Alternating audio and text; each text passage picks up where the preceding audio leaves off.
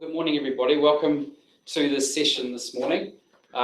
Really appreciate you taking the time out of a busy schedule to come and attend this session and to just share in this experience. I'd like to welcome you and to say thank you for coming again. This is being run on behalf of Spatial, Survey and Spatial, and the LINZ Spatial Request team. And my name's Phil Smith. I'm part of the Spatial and Request team. And I have in the room here with me some colleagues from my team, Wade and Lana and Sharon, and they'll be here to take any questions that might come through. So just a little bit of background first, if you haven't been able to or weren't able to attend any of the previous sessions that we've had. The Spatial and Request team is relatively new within LINZ, came into existence at the end of June last year. And our responsibility is around this exception process, but other things like the post-approval adjustment process, as well as recording stat actions, gazette notices, and the general maintenance of the spatial data in Landonline. So if you haven't heard of us, don't be surprised, but you will hear of us more. Just at this point, I'd like to thank Max at Survey and Spatial for helping promote this event and for advertising and taking in registrations. Max, we appreciate that, and providing the platform for this webinar. As mentioned, we are able to take questions, so if you have questions during the next hour, please feel free to submit them through the Slido app. We will moderate these, and any questions that are suitable for a general audience, we will attempt to insert and answer throughout the hour. Otherwise, if we can't answer it, we will get back to you. And even at the end of the session, we can provide a list of all the questions and answers that were delivered through the session. So what are we going to look at this morning? Apologies to those who have been to the previous two sessions. At the beginning of this one, I'd quite like to just recap first principles around the process for those that haven't had the opportunity to attend before. We're just going to look at the website information that is on the LINZ website. I want to introduce to you in more specific terms what Landonline Topology and Geometry means. We see these terms in business reports, automatic reports. We see them in pre-val, see them in error messages, but hopefully today we'll be able to just add some flesh around what those terms mean. And then most importantly, spend quite a bit of decent time discussing some recent examples that we've had through the exception process in our team. And hopefully it'll be beneficial to you just to see the variation of situations that we're seeing, and maybe it'll help with some of the data sets that you're preparing at the moment. So some facts and figures first. We thought this was interesting that since June last year, the team has processed over 1,350 exception requests, which is an average of 6 per day. When you think about the fact that we receive at LINZ around about 11,000 CSDs per year, that's a fairly significant number of requests. Some of those obviously are return requests on the same job, but it does show that there is a significant number of data sets affected by either functionality or data issues, and hence why sessions like this are important, and continuing discussion between the industry and LINZ is important. It also highlights that, as well as you know, that there are definitely issues in Landonline data. So just recapping briefly the process and why it's around, why we use it, why it was established. So it was set up to assist the industry and assist users of Landonline who encounter issues during the survey capture process. And these issues either prevent the submission of the plan or actually prevent plans being generated. It's just some of the data in Landonline is main cause of why there are issues with the process. Hang on, someone's just knocking at our door. I'll be back with you in a minute.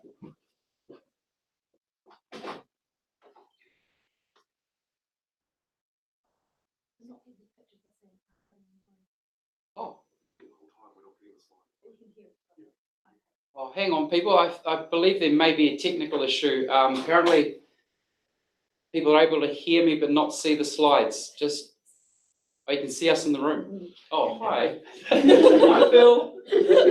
That's Wade. Sharon, say hi. She's our manager. And Lana's in our team. And here's Tony, one of our cadastral surveyors, and Margaret's one of our priors. So there you go. You can see us. Just bear with us. If this is the case, I shall work out what's going on. I'll be back with you in a minute.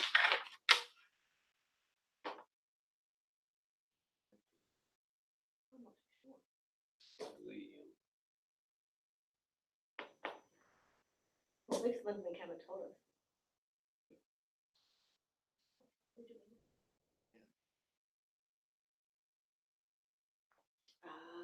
Here we go. So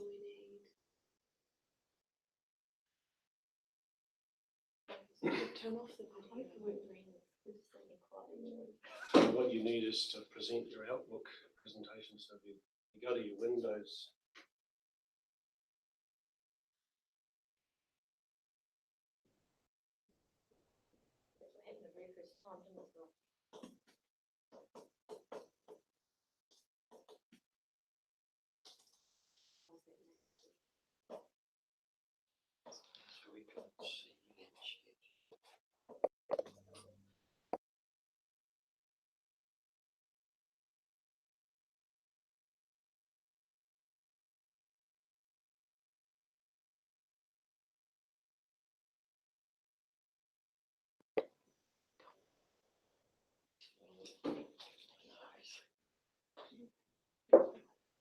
It's quite good they've seen us anyway.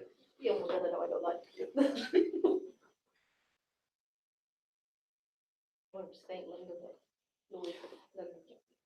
Everybody, we're back on board now. Hopefully, it's working. I just want to say thanks to one of our surveyors in the office here who brought this to our attention. So I'll just, I think we've covered most of the introductory stuff.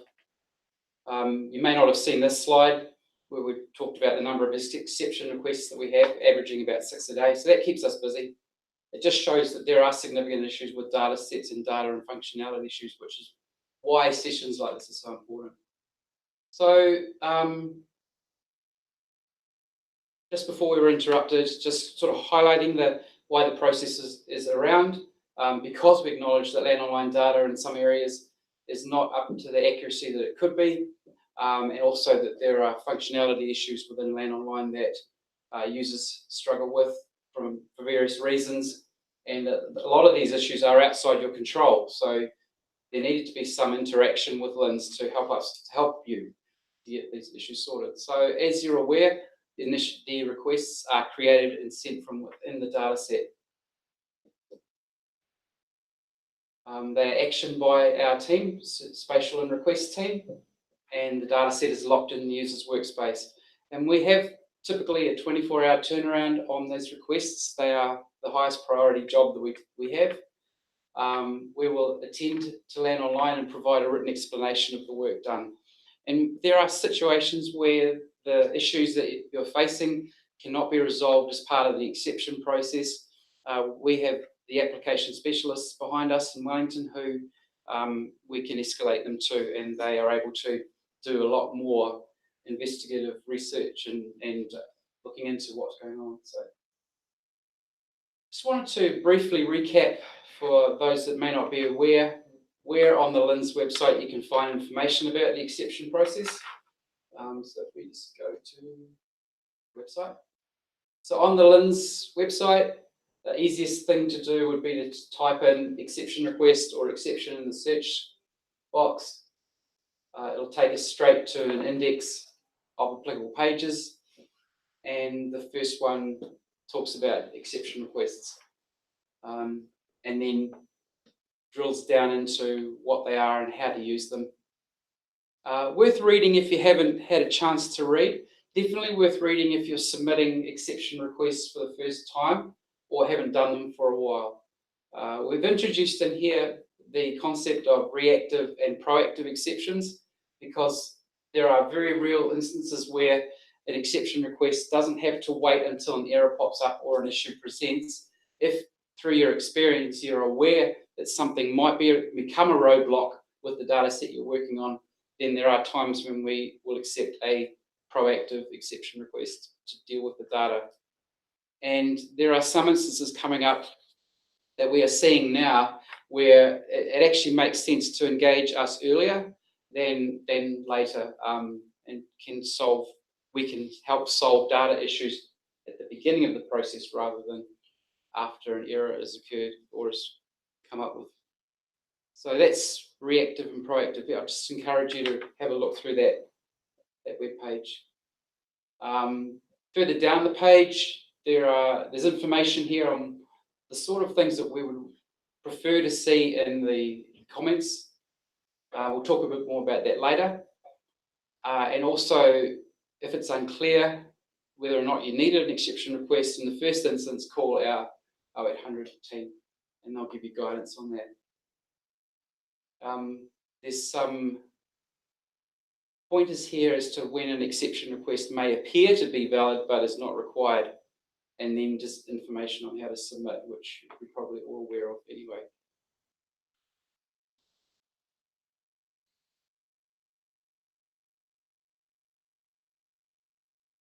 That's the website. Just summarising some of the common roadblocks that surveys find and that we are seeing. Variable data accuracy in the Landonline is always at the top. When you're dealing with water and irregular boundaries, sometimes very large hydro parcels are an issue. Definitely mandatory mismarks rear their heads quite regularly. And we're going to have a talk about where they come from and what their use is in a minute. Endpoints that don't match the definition, that cause the data to be squeezed or expanded. Hydro parcel shown as a single line when it should actually be a hydro parcel. We had one of these just the other day. Non-primary parcels needing to intersect primary parcels. And this is very common now. Because there's no need to define the balance primary parcel boundary, essentially the secondary or tertiary parcel sits in its own space. But there are rules around what can overlap and what can't.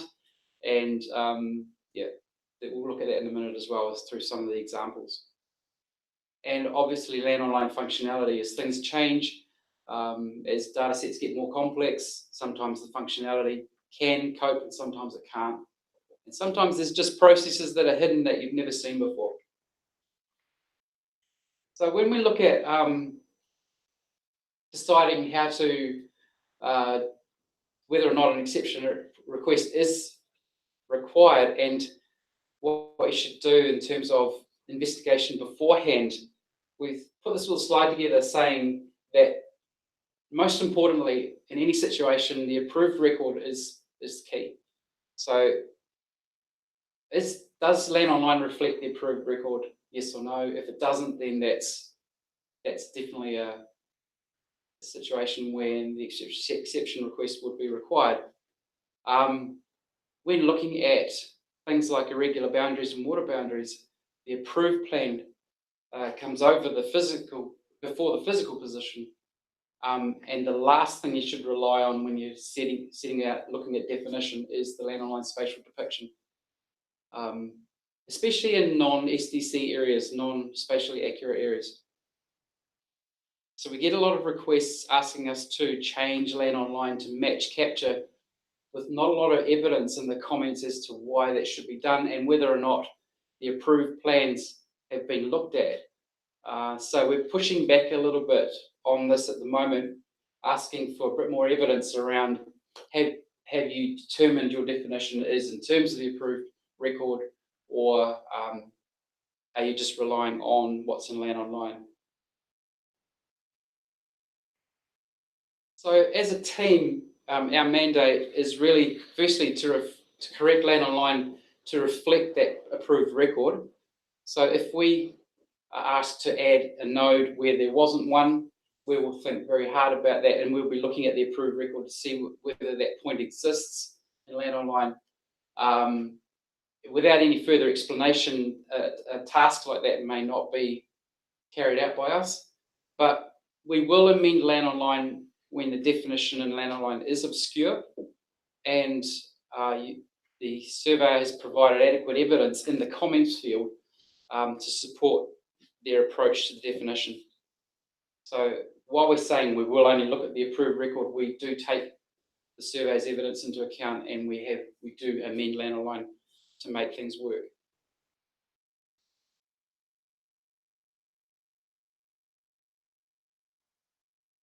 Okay, so we want to have a wee chat now about topology and geometry.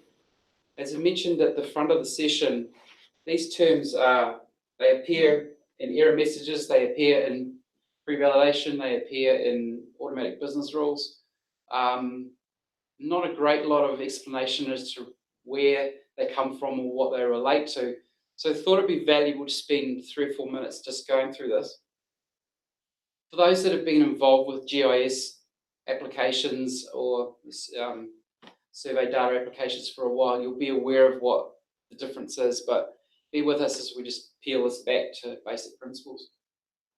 So as far as Landonline is concerned, topology is defined as the connectivity between points, nodes, and lines and polygons, and how they fit together in a network. And at a basic example, you can imagine it like a crochet square blanket where the squares are created individually and then sewn together to create the bigger shape.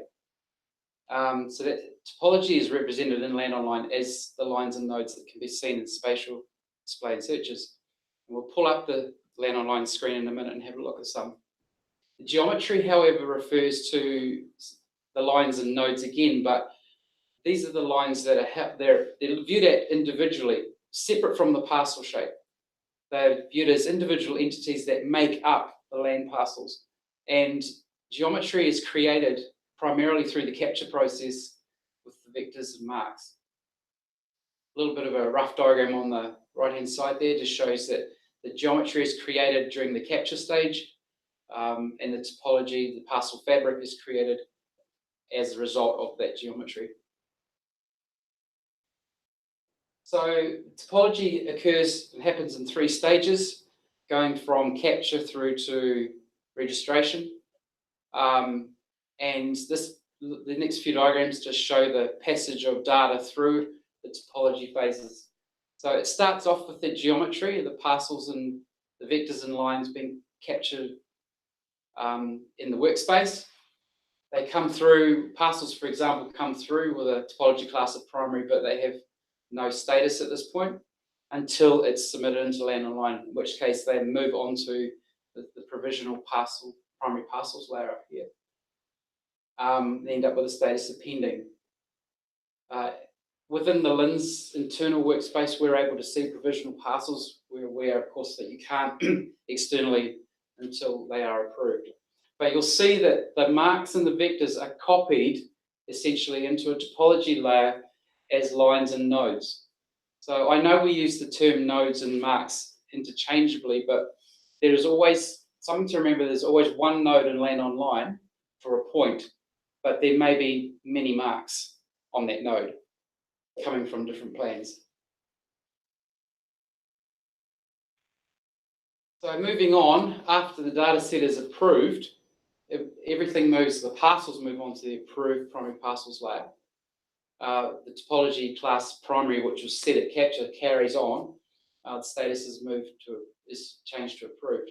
But what happens in the live space is around the exterior of the parcel you're subdividing, the nodes are added to the exterior of the current parcel, but the parcel remains live.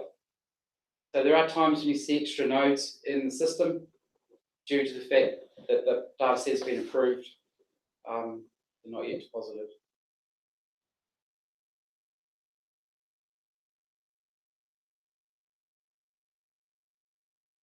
And finally, when the CSD is registered, all the internal parcels and marks and vectors are brought onto the live layer, and the underlying parcel that is labelled as extinguished in the capture screen is kept but hidden on the historic parcels layer. And sometimes when you're doing a CSD, you may get a geometry error for a parcel ID that is not one that you've used in your CSD, and oftentimes that will be the historic parcel. So Landonline still tries to maintain the topological integrity of historic parcels even after the data set you're working on has been registered. In cases like that, when you've got a geometry error for a parcel you don't understand, that's a legitimate case to call us and say, what's going on here? So just taking this from a theoretical to a practical application, just going to get out of here and open up a real job.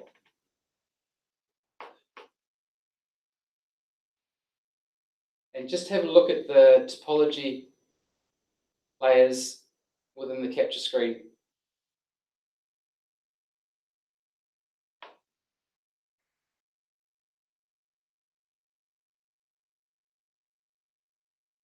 So the capture layers are at the top, and the first hint that there's a separation between geometry and topology is the fact that we have a duplicated boundary vectors layers, parcel boundary lines layers. So the vectors are what you capture within the vector capture screen, and the marks capture screen. And then once the parcels are linked, we then get a separate set of those lines and vectors on the captured parcel boundary lines. And at that stage, you're starting to create topology out of the geometry. So when error messages occur at capture or in PlanGen or within the workspace, it can relate to either the definition, the vectors being put in, or it can relate to the topology, the captured parcel boundary lines. And I know if you've run with errors that you can't resolve, and our team have said, unlink the parcels, delete captured parcel boundary lines. In some instances, that's the way of dealing with it. But so there's two different entities. Within the current live space in Landonline, we have underlying vectors, which are the geometry that make up the framework based on other plans, older plans. And then we have an underlying parcel boundary lines layer, which is the previous or the current topology. And it's these lines that make up the extents of the parcels on which these shapes are generated. So the underlying parcel boundary lines layer and the underlying marks layer create the topology for the current live layer. And of course, we also have topology represented in secondary and tertiary layers as well. So secondary, tertiary. And you can see some of the secondary parcels have turned up down here. And there's approved parcels as well. So it's understandable that some error messages may not make sense. It's also understandable that issues like mandatory mismarks cause concern in the workspace screen. So as mentioned before, the concept of mandatory mismarks is really a topological maintenance function where if there's an external boundary coming into your survey that you are defining past or through, there's no requirement for you to define that parcel by that point by survey. However, in terms of topology of that underlying parcel and the parcel next door, it's crucial that that node be brought into the CSD. So that's where you get mandatory mismarks. Mandatory mismarks occur where there's three lines coming into that node, three or more, and potentially mismarks occur where there's just two lines coming into that node. Mandatory mismarks have to be included, which is where some exception requests are raised for irregular boundaries, and we understand that mandatory mismarks on irregular boundaries cause issues. So in cases of doing irregular boundaries, it's pays to check beforehand where the mandatory mismarks are, and work out how to deal with them then. There's some good information on the website about that. Our 0800 team can help, and if it still is a roadblock, then we can help solve it through the exception process.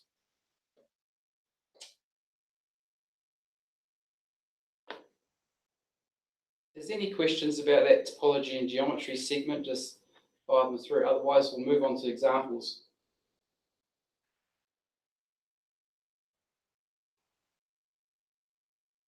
Okay, so we've got 9 examples to go through. We'll see how we go for time. I'm happy to take questions as we go through. Tried to give a good variation on some of the things that we're seeing, and hopefully some of the pointers will be useful to you in the future. So we won't worry too much about the wording, but except just to highlight a few things. So this one here, the user had, I had to state up front that I'm using live examples, but we've taken out the plan numbers and names for privacy. So if you recognize it, I don't know, I applaud you. You're famous. Okay, so this one here, the user had a partial geometry error, and they thought it might have been something to do with the overlapping parcels. When the data set came in, it looked pretty good to us. There are some narrow easements up here, which are causing some issues, but it looked like it was sitting pretty closely over top of Landonline. And sort of when we get asked to check for distortion and then see this data sitting right over top of each other, we ask ourselves, has it been refreshed correctly, and has it had the right marks linked before it was sent in? So the rule of thumb for exception requests is we need at least one mark linked, one STC or high order mark linked. There are some different requirements around water boundaries, but we'll just deal with that for now. The rule of thumb is one high order mark linked, or the highest order you can get, because a refresh is not able to relocate data if there's no anchor point. So when this came in, our colleagues looked at that and realized that none of the marks were linked, sent it back and said, please link a mark, and it came back like this. So once the mark was linked and data refreshed, we could then see where the captured data sits correctly over Landonline, and could see where to make changes. So the takeaway point for this one is not even the distortion, it's really just around the linking. So just be aware that we need at least one mark linked. If you've got STC marks in the area, more than one can be linked, but definitely one. So yeah, we just sent a response back saying thank you for, this is the second response, thank you for linking the mark as requested, and it considerably altered the lie of the data, and we're able to remove the distortion once that was spatially located. This one's an interesting example because this is a good example of what we call a proactive request. It was an issue for the surveyor, that he recognised that Landonline was missing some information in an area around a little parcel of land that had been taken for road, and said, please update Landonline. And in this case, they had provided a phone number, which is a little point to note. If you are having issues trying to explain what's going on, by all means, provide a phone number and we can call you back. Because sometimes it's easier to discuss things over the phone than it is to try and write a spiel, but we appreciate the spiel. So in this case, the screenshot's a little small, but the surveyor found that the land under survey was not correctly depicted in Landonline. They went above and beyond and determined and defined for us the actual piece of the land that should be road. And we were able to use that to amend Landonline to show the appropriate road parcel. So we really appreciated that. That was a great example.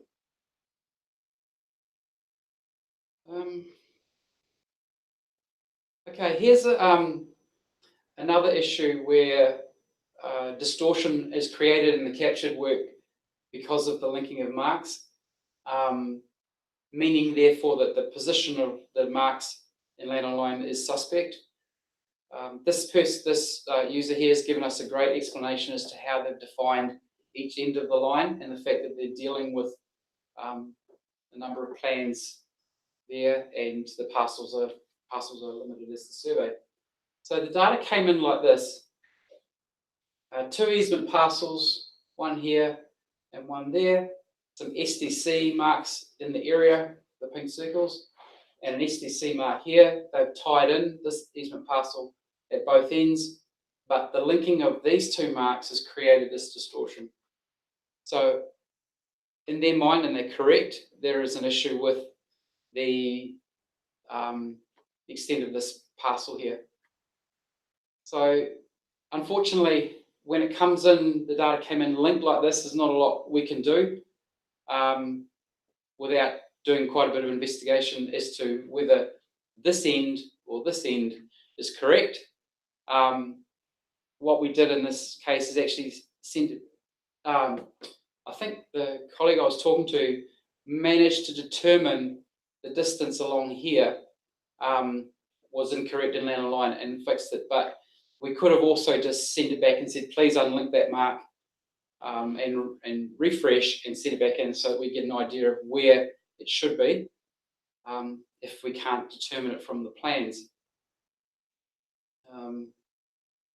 So we were able to determine that the node at the bottom was 12.4 meters further east of where it should have been. And when we changed the coordinate of that node based on the dimension, the surveyor was able to relink. But if you have a situation like this, it pays to start to unpack it with the mark link. Undo mark linking from the least accurate and refresh and see if you can get it sitting in the right place. Because if the data is in the right place, we have a lot more confidence around the work that we're doing.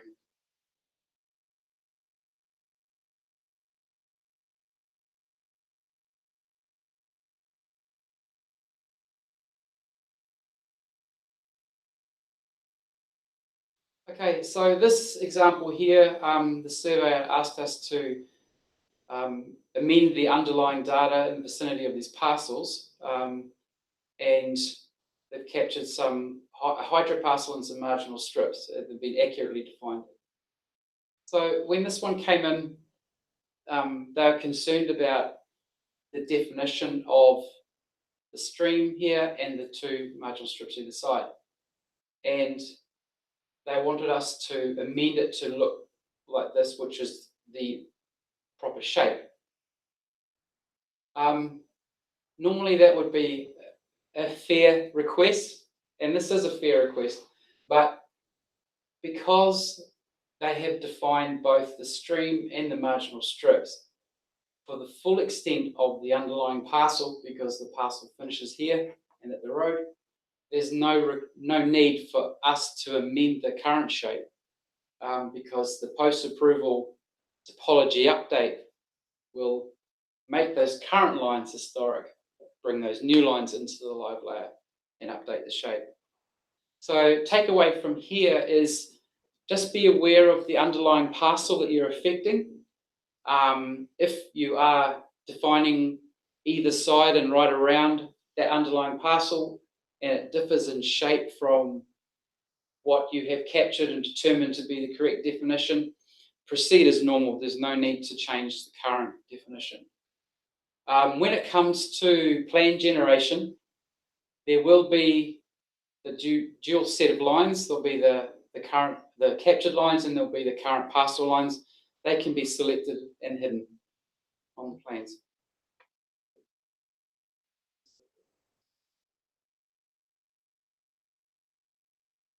So the reply back was, in this case, the exception request is not required as the data set is defining the land on both sides of the current hydro parcel and your new XML data has stream fixes in it. Please extinguish both the marginal strips and the hydro parcel and carry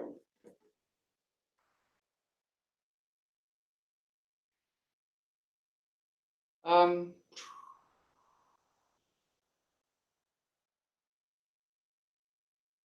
So another request came in with a plan to please, requesting us to please align the underlying Landonline work to the new CSD to eliminate angles and things, and they provided their phone number. This one was another one where, unfortunately, none of the marks were linked, so we had no idea that the data as presented was sitting in the right place. So there is a high order mark off to the right hand side, and I think there might be just one off to the right hand side. And so our colleague asked for that to be linked. And once that was linked and refreshed, it came in sitting in the same spot. So we had more confidence then that it was spatially correct, located.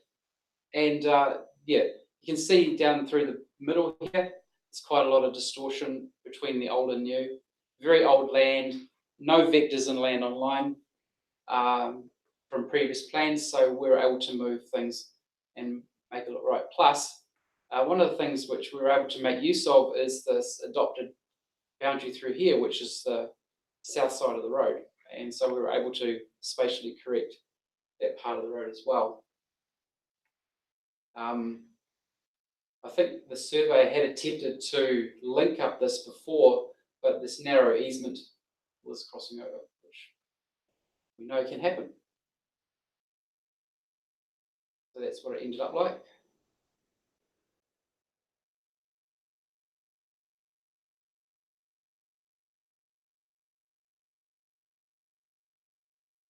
So this is quite a complex example. I'll show you what it looked like beforehand. So we look at these and sort of go, oh, right. But the surveyor had given us some good notes as to what they'd found, and in particular which areas they were having issues with, and the calculations they had done to accurately place nodes. And we can see again that it's definitely not sitting very well up through here, that they've defined both the crown land strip and the water boundary all the way down, and done a pretty good job actually. There are some issues down the bottom here with the road and how it intersects, and the strip where it abuts down here. So what we were able to determine in this case is that there was legitimate cause to update Landonline in this area here based on the approved plan. And there were some incorrect shapes through here, so we fixed that. However, we decided that because the crown land strip and the water boundary on both sides are defined in their entirety on this new data set and able to be linked up at both ends after these issues were sorted, there was no need to recreate the irregular boundary. We would allow the post-approval line replacement process to take its course. But I understand that when you see a situation like that, like this, it does cause concern because you put the effort into defining the boundaries, and yet Landonline doesn't represent that. But if you just look forward beyond the current situation to when it's approved, what will happen once the data set's approved, and Landonline will be updated to reflect the capture. Don't be too concerned if we push back and say, actually, no, we're not going to change this. We'll let the post-approval amendment process take care of the shape. Again, in Landonline, in PlanGen, you may find duplicate sets of lines, which will be an issue. In that case, hide the current lines. Just allow the new lines to sit.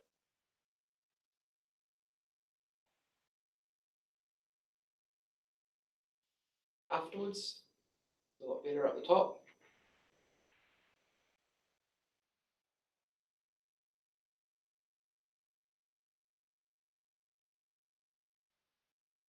This example here is one which we showed in session 2, and it highlights an issue around using the XML data to calculate intersections, especially when it comes to doing data sets with non-primary parcels only.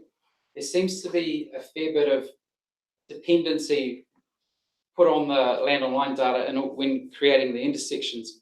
And in some cases in STC areas, that might be a fair assumption, but if there's no STC marks in the area, then it could be seriously quite dangerous. So I want to show you this one. This is a plan of easements over, easements that, hang on, let's go back. Easements that are defined crisscrossing through a stream. So I hope you can see that. This is what was presented to us.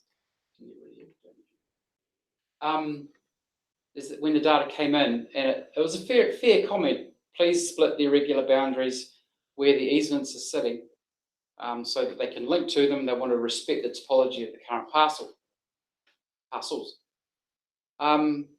When we looked at this, we realised it's way out in the rural areas, and the question arose: does Landonline have the correct definition for the stream? Because it appeared in the comments, I think they mentioned they'd use.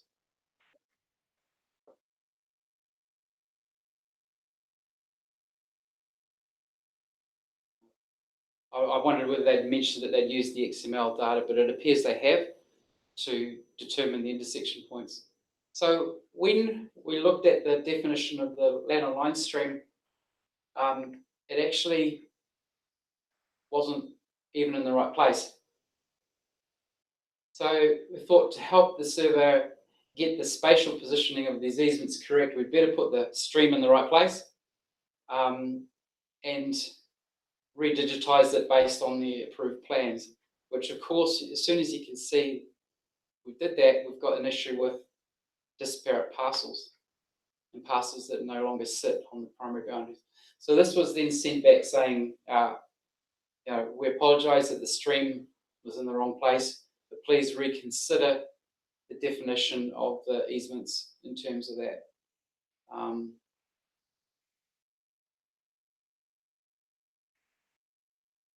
A close-up again of the changes between the original definition of Landonline and our post-amendment one.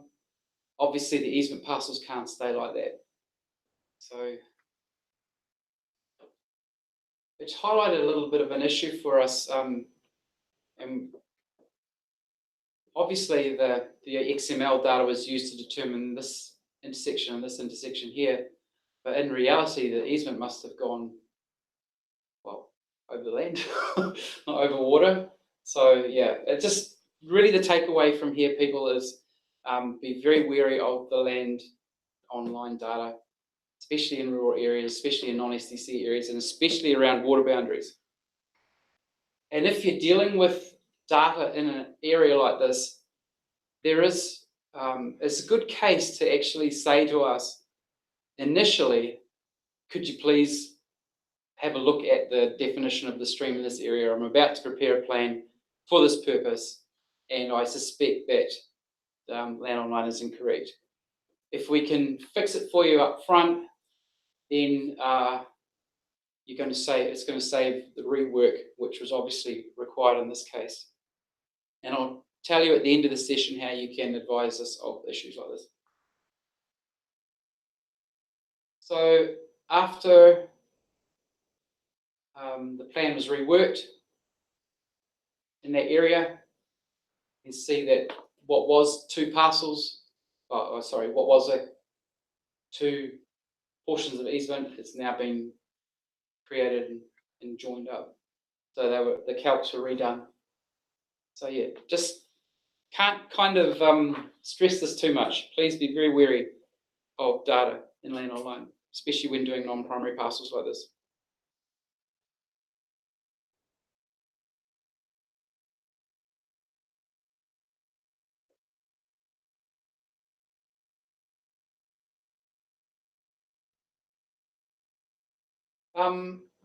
This example is one which we just really wanted to highlight just the comprehensive nature of the comments. And this is one we really appreciated the effort being put into writing the story for us, because it was quite complex, not a complex definition, but determining where the river boundary was in this particular data set was quite difficult for the surveyor, and they've told us the complexities that they've found. What is good to note here is that they have advised us that,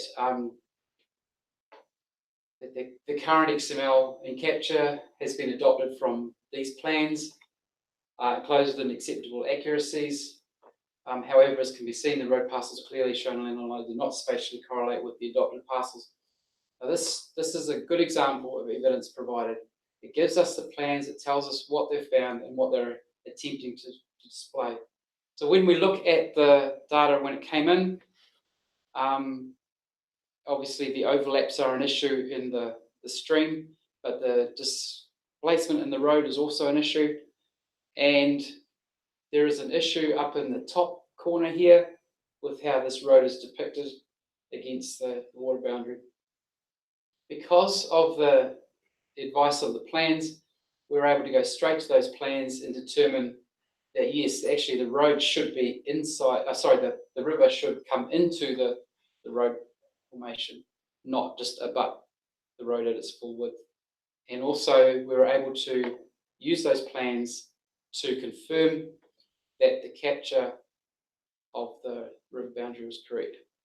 So the reason I highlight this is because even though it takes a long time to maybe put those comments together, it is very useful for us. We're able to verify the plans, verify the method, and get in and make the changes. So, and the response back sort of highlights that, saying changes have been made to Landonline and Landonline parcels in line with the extensive documentation, which is much appreciated.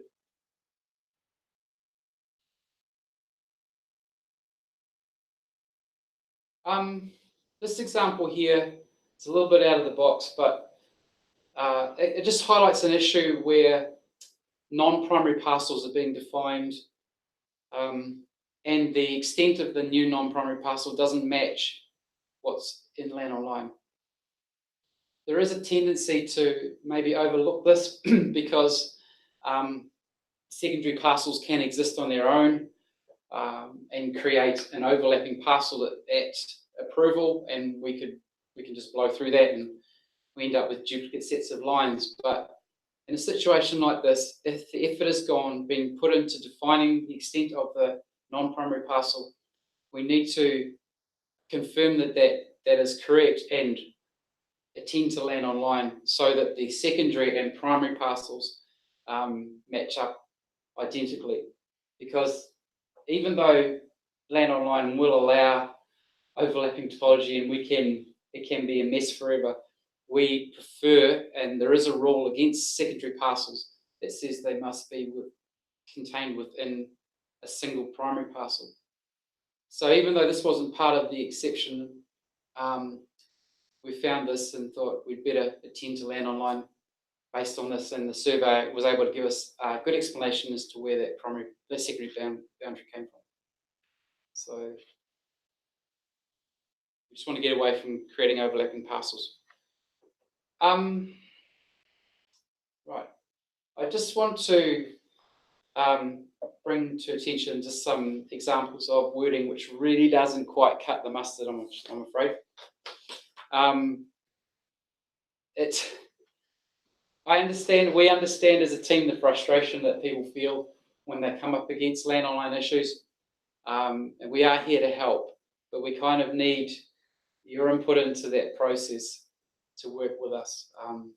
So that's why we've kind of hammered again today the whole point of evidence, because the more evidence you give us, the more quickly we're able to determine what you've done and resolve your situation. But these ones kind of really don't cut it. For a start, the first one, please, if there are fatal errors, we need to know what they are, because fatal errors present in different ways.